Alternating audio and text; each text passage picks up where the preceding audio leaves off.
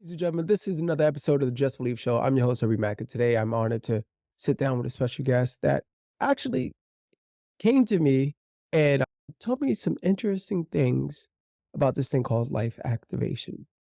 For myself, for most of you guys know, I like to do alternative things to make me heal or just to try it out. You just never know. Everybody's different. And with that being said, I want to introduce Charles Logan. How are you doing? Hi, I'm good, thanks. How are you? Good. On. And honestly, thanks for just the conversations we've been having off screen and whatnot. And with this, I'm glad that you're on, but I wanted you to actually talk about the life activation, not right away, but let's introduce yourself first. Give us a story of what got you into this and how you got here. Sure, because that's usually people would care more about anyway, right?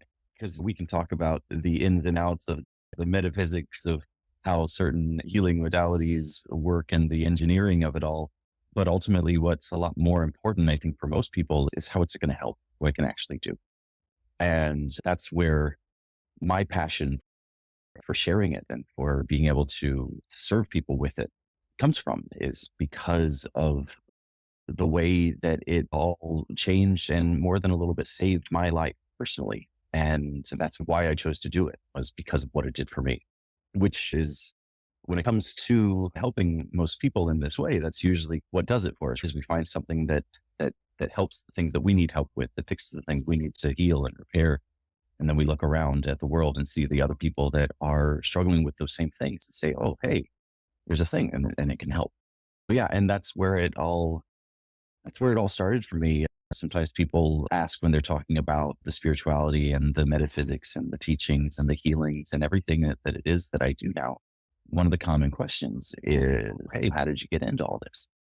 And a lot of people out there that I know and work with have cool stories about being psychic as children and really interesting and elaborate stuff going on their whole lives. And that's wonderful, beautiful, great, good for them. I didn't really have any of that. I just got to a point where my life was a wreck. And I was very much aware that if I didn't do something to fix it, I wasn't going to be around much longer. I've always said I'm very fortunate to have the relationship with my family that I do, because that kept me from taking any active conscious steps towards ending my own life. But it also doesn't mean I wasn't killing myself any less with the self-sabotage and the choices and the substance abuse and all of the different other things that I was doing, cope to get by, to just manage to get through and survive.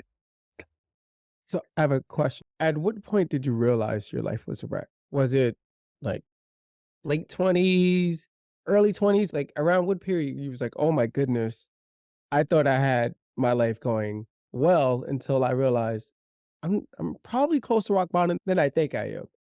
Late 20s, like right before I turned 30, was the first time that my life fell apart. But at that point, it just, the version of it that it was fell apart. And I left New York City and came back home to Florida. And that was my first kind of everything came tumbling down. But I was still doing, on the surface, I was still doing moderately all right. I was still keeping up a good front. It wasn't till, would have been just a few years later than that, like about, how old was I? It was in like 2014, 2015, early 30s, like early to mid 30s was when things really started to tumble. And I found myself on the verge of being homeless and out of work. And I was always fairly resourceful. And I'm a performer by trade. I was always an actor. And I always had little side gigs and little side hustles that I could do to get by. I always managed to keep myself going one way or another, although sometimes barely. And I always had at least a good support system in my life, so that there was always somebody's guest room to crash in or somebody that I could house sit for. Also in the theater world, a lot of times if you're traveling around for shows, they'll put you up and house you for. So there was a good stretch of time where I was technically homeless, although I always had a roof over my head. But in this instance, it was a time when I didn't have any of that. And the living situation I was in was going badly. And it also involved a relationship that was ending in an unpleasant way. And so I found myself out of work and soon to be out of a place to live. And that's when I looked around. I was like, hey, this isn't going so great. Like how did I Uh, get here? you know, And although my analytical mind, I was very aware of every step that had gotten me there, but I had always managed to, in all of, because I've been a gypsy most of my life in the performing world, right? Traveling around, going from job to job, going from place to place. And it never bothered me. It was joyful. It was a little transient, which I think would have stressed a lot of people out. But for me, it was a really fun and vibrant way to live. It wasn't a bad thing. And I always managed to land on my feet and keep myself afloat, and everything always managed to work out in the end. And I found myself in a place where a string of having it not work out in the end kept happening. And I was no longer quite able to manifest, to use the buzzword that everybody wants to hear these days, in the way that I had been before, to be able to pull it together at the last minute. That ability was like slipping away from me. And that's when I looked around. I was like, this is not good. I think I need to look at something here. And there had been things tugging at the back of my mind up until that point. I was aware of certain things, like a lack of joy in my life. I was aware of this feeling of helplessness in the world, where I would look around and see all the people that were struggling and all the bad things that were going on, and just feel like there was no hope to make it any better. And once I got to that point where it all came to a head, all of those little nagging voices all of a sudden became big screaming voices that were like, yeah, see, there, this is awful. Maybe you should give it up.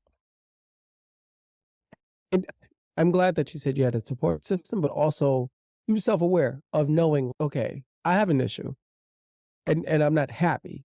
This is a me problem. What can I It was, do?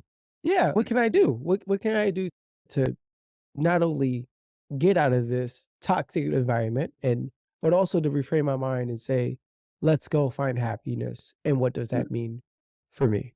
it was very much, I was aware of the fact that the issue was mine, and I just wasn't going to go burden it on somebody else.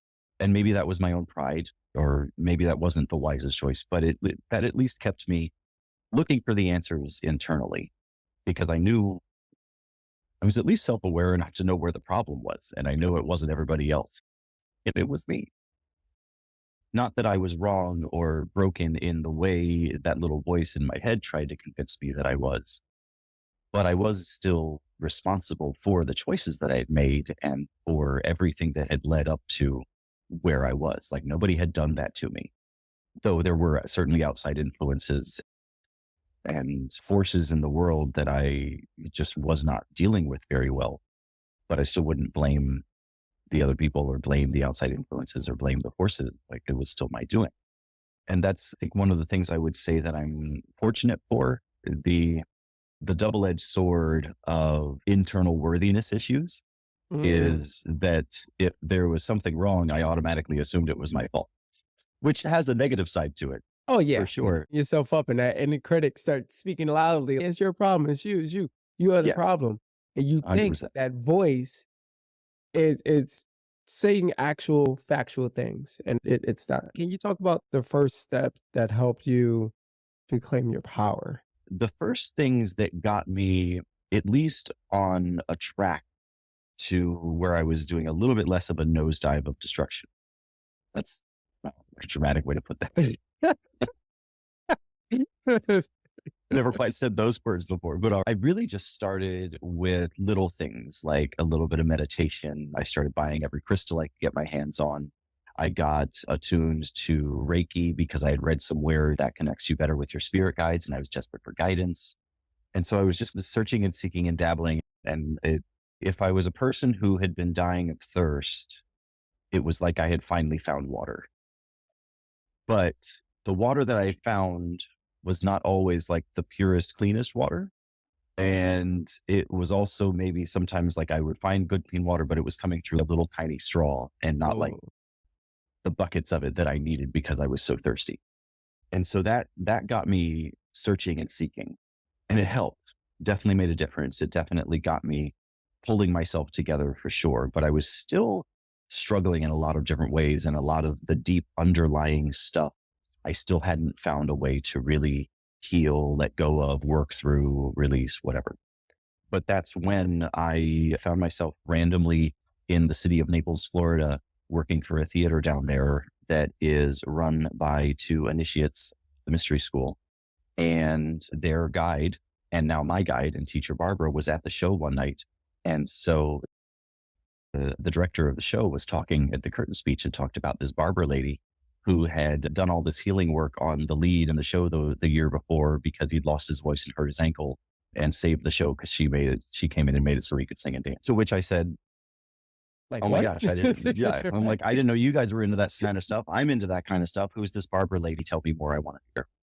And so eventually I did. I managed to meet Barbara. I sat down with her and talked, and she's the one who introduced to me this concept of a life activation and the entire mystery school lineage, and this thing that I thought was gone from the world that I found out is still here. And not only is it still here, but it's actually accessible for anyone in the world who would like to study and train now. Anybody who's seeking that can find it. So I got a life activation. A few months later, did some further studying and training, and actually got initiated into the school and the lineage. And that's what really took my nosedive of destruction and turned it into an uphill slope of, I don't know, goodness, of creation, of transformation to oppose the destruction concept. The life activation, was it just like a one-time thing? Did you do multiple times to actually help you heal faster? So the life activation is a one-time thing. It's about a 2-hour session. So once it's done, there is benefits, or there can be benefits to receiving it repeatedly. The way I think of it is, if in the first time you receive the life activation, we're filling you up with light and we're filling up an 8-ounce cup of light. But then if you go back and receive it again, then it expands that capacity. So now we're maybe filling up a 16-ounce cup full of that light, and then a 24-ounce cup, a 32-ounce, and it just expands what we're able to receive from it. There's also a lot in the healing session itself before the actual activation that does a lot for balancing and aligning and clearing out all your different energetic structures. There's a lot to the session. So initially I received it the one time, but since then I've received it multiple times. But the first steps on my path, I just did it the once because that was all that I needed at that point. And then I really went back to my life and just started living it. And I don't know if I could have told you anything was super different. It wasn't until about 6 months later that I looked back at the previous 6 months since the activation and had the moment of, oh, wow, like the things that I had accomplished in that 6 month stretch of time, maybe a little more than 6 months. It was from about like April until around like December when I did the look back. I had been all of a sudden traveling out of the country and getting trained in modalities to help others in more powerful ways. And there were all of these things that I had accomplished in that stretch of time that if you had asked me before the life activation, I would have said it would have taken me years to accomplish that if I could have accomplished them at all. Several of those things were rather expensive trips that I had to take in order to do what I wanted to do, to receive the training that I wanted. And before the life activation, if you had asked me if I would have been able to have the money to go do that kind of thing, I would have smiled politely and said, yeah, that'd be nice, but don't hold your breath. And all of a sudden I found myself capable of it and flying out of the country and all over the world now to receive these techniques and modalities that I can now use to serve other people with. That's Um, amazing. I think so. It's pretty exciting and very cool. But I always like to highlight that because some people walk out of a life activation and their lives are instantly changed and everything's new and different, and they know it and they're aware of it. And it's a very obvious thing for them. But some people, many people don't. Many people walk out and things are going to feel normal at first. But then through a series of subtle but profound changes, next thing you're going to look back and realize that you're an entirely new person and that your life has completely changed and everything in between. One of my teachers said it in a way that I think is pretty brilliant. I'm paraphrasing, but he said something along the lines of, if I've done 2,000 life activations in my life, then I've seen 2,050 different reactions to it. That's how Yeah. unique and individual it is for everyone. So that's good. That I find it, I don't want to say weird, but I'm a firm believer that things happen for a reason, right? You at the theater, getting ready to hit the stage. Yeah. You hear a couple of your friends, your peers talking, and was like, "Oh, hey, this woman Barbara's going to be here." And you're probably like, "Hey, who is that?" And then they tell you this, and you're just like, "I didn't tell anyone out loud that I'm doing all this stuff. I'm trying these new things out, I had no idea. but now I'm actually into this lifestyle, and I want to know more." but then to actually have this done and for you to say, I don't want to say like a poor man mindset, but for you to have, No, it was oh, okay, I don't want to, yeah. 100%. But then you had a, Oh yeah. let's just say 8 months later, you did it, you evaluate your life after that moment and come to find out you're checking way more boxes than you even notice once you sit down to reflect of, hey, what did I achieve this year? And now that not only did you achieve something that's incredible of a personal thing that helped you grow, you're in a position to, which is That was the biggest thing. I don't always tend to talk about myself a lot or pat myself on the back very much, but I have to remember that it's okay to do that when it's relevant. And one of the things that so grateful for, that I really appreciated in that process, is that I received the life activation for me because I thought it was something that was going to help me. And then all of a sudden, 7, 8 months later, whatever it was, I not only had done this thing for me, but now all of a sudden I was flying around the world to find things that I could do to help others. And that's one of the things that caused me to look back and say, oh, this is different. This is a shift. This is something new. I've always had a mind towards helping others. Ever since I was a kid, I would go out of my way to do things for people. I was always a very helpful child, and that lasted through a good amount of my life. But as I got into the years where I was struggling more and more to get by, that it's not that I didn't care about helping others anymore, but I no longer quite had the capacity or bandwidth I didn't have anything left over to spare because it was all I could do just for myself to get by. And so I had gotten into this mindset of viewing myself maybe as a little bit more on the selfish side. And I had lost touch with this whole side of me that cared so much about doing good things for other people. And that was one of the things that really shifted in the life activation, because there was one more step that I could do next that would have been another step for myself. But I didn't even just do that step. Like when I signed up for that step, I was like, all right, I'm going to do that step, but it's really so that I can get to this other step where I can help other people with. Right from the point of the life activation, that was when I like that. And I didn't necessarily have this realization until just now, but that's when it shifted me right back to where I started my life, like my true essence of myself and the core nature of my being, which is to help other people. Because it was my favorite thing to do. I think I can safely say. yeah, That's why I do what I do. from feeling like you had no purpose to not only, I don't want to say finding your purpose, but creating your purpose. The combination of that. Yeah. Based off of what you're saying, like you done this like activation thing. And not only did you feel your energy shifts, Holy Spirits was like, hey, you should go down this path. I think this is the right path for you. But you acknowledging that and doing that and say, hey, I actually want to learn more to assist others because you finally put on your own oxygen mask.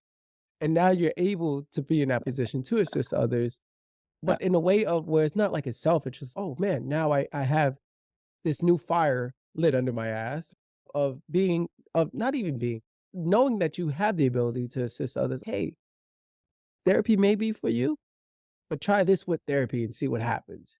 I just Yeah. want to be able to show you there's other ways of healing because people think there's just one way and it's not. Yeah.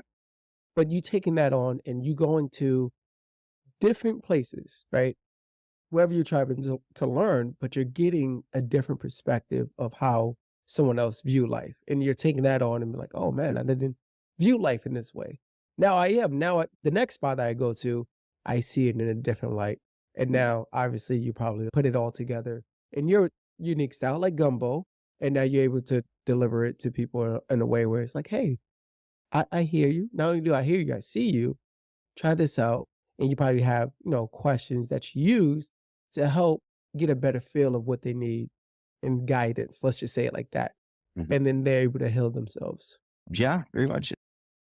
It's all about, it's definitely asking the right questions is relevant, but it's also just about listening, because any person that is sitting with me, with you, with anybody who's in a position to help them is going to express the things that they need. They're going to tell you what they need help with.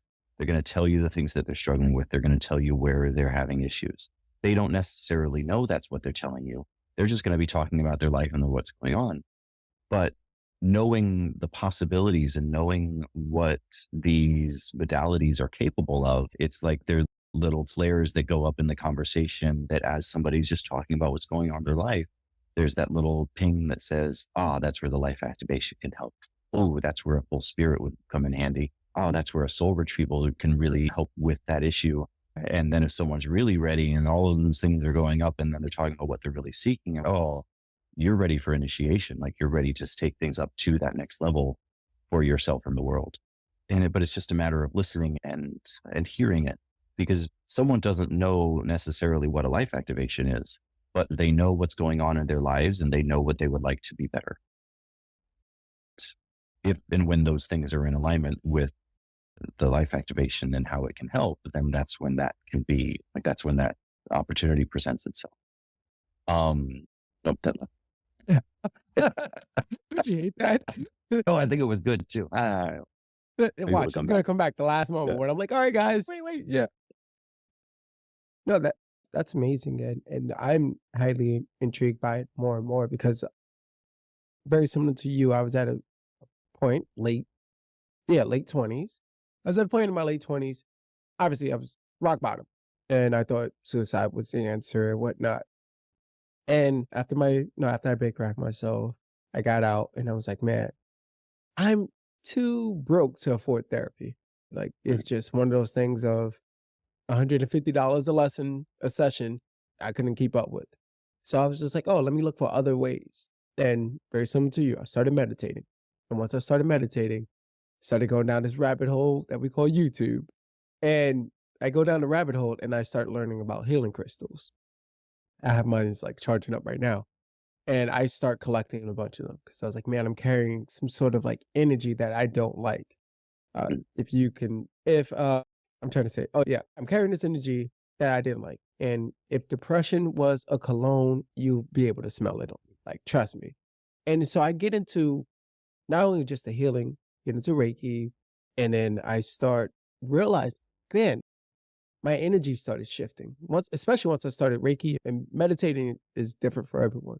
You don't have to necessarily do the crisscross applesauce. I always tell people that. But I'm started meditating. But it's not something of like looking for something. In my view, I was slowing the world down. I was slowing the world down because it was moving way too fast for me. And I was able to block out a lot of the noise that I didn't need, the distractions. And I was like, man, I love this. I love this healing crystals. I love doing that. And I never forget, I had a buddy that came to me and he's Jamaican and he's, hey, whatever you're carrying, you're not acting like yourself. Take your crystal, go into the ocean and just splash the water over your shoulders to get that off. What he said, what do you call it? A guppy. He's like, a guppy? Yeah, it calls it a guppy. It's some like Jamaican term. And it's a bad vibe, a bad ghost. And I just started like splashing the water and just kept meditating. And I was just like, oh, wait, this is now in my like routine box of things that I have to do at least a minimum once a week because I noticed a shift.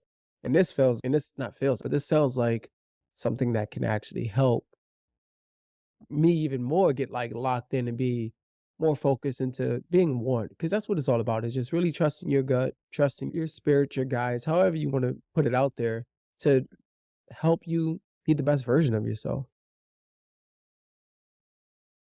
That's ultimately what we're getting to with all of it. Everything we do on the mystery school path is centered around helping a person know themselves, right? Know thyself is what was written over the temple gates, the schools and the temples where people would study and train for all this. Not in English, obviously, but although if you've ever noticed in the Matrix movies, when he goes to see the Oracle, it's actually what's over her doorway is Temet Noske, which is know thyself. And she actually points it out and talks about it. One of my favorite movies, by the way. Favorite. And there's one never happened. But there's actually a lot of, in the first one, at least, they really managed to, intentionally or not, I don't know, incorporate a lot of kind of high metaphysical concepts that are in there. And there's a lot of stuff that really is in alignment with a lot of really true things. It's sensationalized a little bit and artistic license is taken and all this stuff, but there's actually quite a bit in there But knowing thyself is really our everything that we're trying to do on our path of growth and progression and healing. So in my instance, because when we come in, we tend to be pretty in alignment with who we are, but then we have to then navigate the world. And that's when we start to develop our coping mechanisms, our strategies, our masks, our walls that we put up to protect ourselves, the ways of behaving so that we can get along with people and we don't get hurt by them, the beliefs and thought patterns and ways of speaking and behaving that we take on from our family and everybody that we're receiving all this programming from. Now, not all of that is always 100% bad. Some of that can come in and enhance who we are, but a lot of it tends to, instead of enhancing who we are, tends to hide who we actually are and end up being this barrier or this veil of distortion between us and the world. So as we're working forward on the path and we're healing and letting go and releasing trauma and all these things, what we're really doing is uncovering all of the layers of the not me so that I can get down to the me, which that's for the life activation. That's one of the big shifts that happened thank you. I just had this realization today was that shift of getting me back to being a person who is devoted to helping others. But that's what it's all about. Is my identity is not depression. My identity is not anxiety. My identity is not the substance and my relationship to it. That's all outside stuff that gets piled on at some point. And so as we really step into knowing thyself, and I know what my identity is, then all of those things just start to fall away because they're not who I am. So why would I carry it? And one of the huge pieces of who I am is what is my purpose? And the life activation, one of the main things that we actually say about the life activation that it does is connect you to your soul's higher purpose. And we can get into a little bit of the deep metaphysics of how the function creates form. But ultimately, it means that if I know my purpose, I'm exponentially more likely to be able to find and know who I am and then be that, I'll say, version of myself, but it's really not a version. That's just the self. We get to let So go of you the actually versions and doing just it. be full divine and royal and generally awesome me. No, I love it. I love it. I think it's scary learning yourself. You think I'm a person who's depressed, or I'm a person that's living with whatever substance. You think that's who you are until you peel back those layers and you find out, no, I'm a person that had depression, or I'm a person that has whatever we want to label. It doesn't really define who you are. So I love the fact of going inside and really discovering who you truly are. And that voice in the head is going to discourage you from looking at any of it. Because if it's anything like mine, that voice is going to say, no, don't look there. Because if you really look at it all, you're going to find out how bad and wrong and broken and truly effed, for lack of better words, it really is in there. And in my case, I knew that, and I didn't know because it was true. I knew because the voice had convinced me, but I knew that if I really dug it all up, it was going to be too much and I would never come back from it. And that would be the thing that would finally break me and end me and I'd be done. When the truth is that when we actually shine the light on all of those things, nothing but good happens because we're able to then identify and release and heal. It's a little bit of a cliche analogy, but the monster under the bed, as long as you don't look at it, is terrifying, right? Because when you're not looking at it, the imagination is able to run wild and create this huge, monstrous, scary, terrifying thing that can destroy you. But if you actually just pick up the bed skirt and look, then you realize that it's just the stuffed animal that fell under there earlier. And Yes. it's just no big deal. But the negative ego, right? That little voice is what's going to latch on and be like, no, man, it's a monster. It is big. It is scary. And if you look at it, it's going to shred you. Like it just goes to town. Because in most situations, that voice has decades of experience of pulling our strings and getting us to do exactly what it wants us to do. And that's because that's it's the thing that keeps us in that state of fear and keeps us in ignorance of who we are, because it keeps us from looking at all things that are going on in us that are causing us to be who we are in that moment. Which again, once we shine the light on it, once we look at it, once we say, all right, this is what's causing this behavior, right? I have this background script that's causing me to behave this way. I have this unhealed trauma that's causing me to turn to this substance. I have this issue that's causing me to feel like I need a coping mechanism. So I'm picking up that thing. But once we shine the light on that, then it's just like unraveling a knot. And you just keep finding little threads. You be like, oh, that's what that is. And then we're really getting to the point where we're not just treating symptoms, we're treating the root causes of issues, which in physical stuff, like especially in like the medical world, we're starting to have a lot more awareness around treating causes rather than just symptoms. And so now we get to start bringing that into the mental and the emotional and the energetic as well. Because especially in mental health, it's similar to where things are in the Western medicine world, is that we're just treating symptoms. The anxiety is not the issue in a lot of cases. It's the symptom of something else. The depression is a symptom of something else. And this might go against some views that a lot of people have, but in my personal experience for myself and many of the people that I work with, addiction tends to be the symptom of what's wrong rather than the thing that's wrong itself. And then if we go in and heal the actual problem, then the symptom of the addiction just becomes a non-issue. That was definitely my experience. And that's the way I've been able to help others with it as well. Yeah, I wanted to Um, piggyback off of that real fast. I wanted to add to the value that you just said.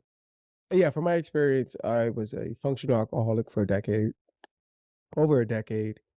And it wasn't until I got to the root of the problem and I realized, okay, this is the cause of me going out to drink and making dumb decisions. That's the nicest way I could say it.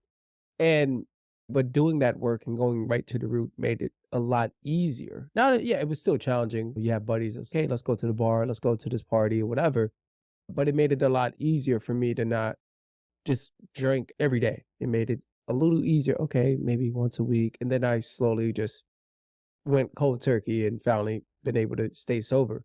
So I agree to a certain extent because I know there are some people who have a chemical imbalance that yeah, unfortunately that's just how they're there wired. is this very, everybody's unique and every Yes. situation is unique. So in no way am I saying that's the case all the time, Yeah, I just want to but clear that up because I yeah, don't want anybody yeah, to go after absolutely. you or me. No, Like you said, all no, there no, no, are no, people who have chemical imbalance who are just wired that way. absolutely. And yeah, we just want, or I definitely want, I'm pretty sure you do want them to heal as well. Absolutely. And I think one of the big pieces in that process for me, though, was getting back to purpose. Now I have a purpose in my life that is more important than going out drinking, for lack of, to put it really simply. And it's not that, I don't know, not that like I sit around longing for that and the purpose is the only thing that keeps me from doing it. It just doesn't even enter on my radar, because anything that's going to interfere with me doing what I'm here to do just doesn't really enter into the picture anywhere. And drinking just happens to be one of those things that doesn't fit into the picture of me fulfilling my purpose. And the purpose is something that I'm so passionate about that it's a little bit of it's just a non-issue. But that also goes for certain dietary choices and activities that I might otherwise involve myself in. There are things that just aren't conducive to, in the same way that if I were a professional athlete, there are things that I wouldn't eat. There are things that I'm not going to do. And there are things that there are social situations I might not put myself in because they're not conducive to what I actually care about. And I think one of the things that I see a lot of people do in recovery is center their whole lives around not doing this thing that they really wish they were doing. And that's not my experience with what I'm doing at all. It's just that's one thing on the list of things that don't help me do what I want to be doing. So it just doesn't enter into the picture. I love it. I'd say it. No, you nailed it. It was perfect. Definitely perfect. I don't even think I don't even have a follow-up for that. So, That was like on point, man. oh, Uh, thank you. Thank you. Powers that be. it came back. Well, there we go. So with that be let's get ready to wrap it up. As far as how people can find you and or how can people find the life activation? How can they find it? Let's talk about it. Let's talk about how we can make this happen. One of the beautiful things that I love about the mystery school and the lineage that I train in is that we're international all over the world at this point. So I believe we're over 60 countries that we're in now. And I don't think we're in every state in the US, but we're in a lot of somebody, wherever you are, if you're someone listening to this and you feel like the life activation is going to be a helpful step for you, which full disclosure, I joke and say, in the many different healing modalities that I am certified to do, the majority of them I would listen to what someone needs help with and then prescribe the healing that's going to help them the best, depending on the symptoms that they're presenting, to use medical terms. Though I am not a doctor. The symptoms that a person would need to present in order for me to prescribe the life activation is that they're standing and breathing. That's the one that's That's simple. universal. Everybody's going to benefit from it. I recommend it to anybody. There are many modalities in our lineage that are more specific that I'm only going to recommend if there's certain things going on. But the life activation, just do it. It's awesome. But anyway, if it's with me, you can always find us at loganlightcenter.com. If you're in Florida on the West Coast, I'm in Sarasota. We have practitioners that are in the Palm Harbor and Clearwater area and everywhere in between in that part. But we're also all over the state, and there are other practitioners that do life activations all over the world. For that, the Modern Mystery School's main website, which is modernmysteryschoolinT.com, there is a certified practitioner list where you just go on, I believe it's at the bottom of the page, and you click find a practitioner, find a life activation practitioner, because you can also find guides and healers and teachers and all of that. But you just click find a life activation practitioner, and then a list comes up that shows you the entire collection of life activation practitioners all over the world, separated by country and then state and so forth. They And make it city. easy then. So easy. If you were looking for a life activation practitioner in Seattle, Washington, which we have several, you go in, you click on it, you go to United States, you go to Washington, you find Seattle, and there they are. So it's pretty unique. And there's a good amount of social media presence. The Mystery School has their own social media sites. Many of our high-level initiates have Facebooks and Instagrams and things. So there's a lot of ways to test the waters and hear us talk and get to know us a little more. I've yet to meet anybody that trains in our school that I don't feel to be pretty awesome, and somebody that I would be more than honored to work alongside. And in many cases, I do work alongside them. Thank you. Our website or the Mystery School website are going to get you where you need to go. And yeah, does that answer the question? Yeah, no, that was great, man. That was perfect. That's perfect. Thank you for that. Before we go, do you have any questions for me or anything? When are you going to schedule your life activation? Oh, put me on the spot. Let me see. It's all good. That's between you and Jonathan because you're up near him. So I'll let you guys work that out. Yeah, I feel like it's gonna be soon. I need my Um, schedule to clear up. I'm not even gonna lie. That my schedule is a blessing. Has been jam-packed busy for the last 2 months. So once it good. starts, yeah, it's been good, thankfully. Okay. But once it clear up, I definitely planned it because this is the type of realm that I'm in, and this is the thing that I'm into. I definitely will. And when I do, I'm gonna record it so people Oh, can see my reaction afterwards. Probably won't record the whole cool. session, but at least my reaction. I'll probably become a new man. I'm hoping. Oh, awesome. I can't wait to see it.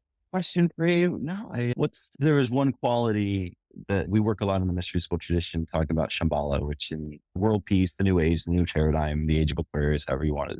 Like everybody has a different name for it. It's what we call it, Shambhala. But if there was one aspect or quality of Shambhala, of the new age, of this new version of our world that we're trying to create, that you would most want to see in that, what would be like your most exciting quality or aspect of that Shambhala energy? Man, I wasn't prepared for that. Man, that I would love to see, like, more in the world. Yeah. It's gonna sound ridiculous, but just happiness. I feel like things in the last few years with social media, everyone, they're looking for happiness on the outside Mm. and not realizing that it starts on the inside. Yes, you may not be able to afford a Mercedes Benz. Okay, that's fine. Do you still have a roof over your head? Do you still just start like appreciating things that you have, and what you said earlier really resonate of controlling what you can control. And I feel like happiness is something that we all can control. Awesome. Answered your question. It does. No, it's some in our teaching sometimes we differentiate between happiness and joy, which is a little bit semantics, but Oh, yeah. Now like I definitely agree with that. There is a massive difference between. because joy is not an emotion, it's actually an energy, like it's a force that exists in the world. And we can choose to be in the energy of joy all day, every day, if we choose to be. Like it's always there and it's always accessible. Whereas happiness does tend to be a little bit more either artificial or service or from outside things. But especially relevant though when we're talking about things like anxiety and depression and struggling in the world, because that sense of joy can feel very far removed from us. But joy is one of our most powerful tools that we have available to us to fight the darkness within ourselves and within the world. And so if everybody's in joy, then a lot of the world's problems just so I think that's an awesome one to have as a goal is happiness and joy for everyone. Yeah, yeah. I'm glad you put it that way because I felt before we go, I felt like I went through the stage of, oh, I'm happy. And now after the stage of happiness, I hit the level of joyfulness and being able to like, I don't know, like sometimes I walk in the room and people are like, man, you're just the energy in the room shift. Just once you started walking in, I'm joyful. Like I Yeah. have energy. I'm thankful to be alive and thankful to be able to not only teach when I do my keynotes or if I'm leading a support group, like it gives me joy because I want people to see what does joyfulness look like. Mm. Because if I can do it, you can do it. Beautiful. Man, we need Pre- it. Appreciate it. That was today's episode of the Just Believe Show. Thank you again, Charles. I appreciate it. Until then, we see you Really next time. Peace.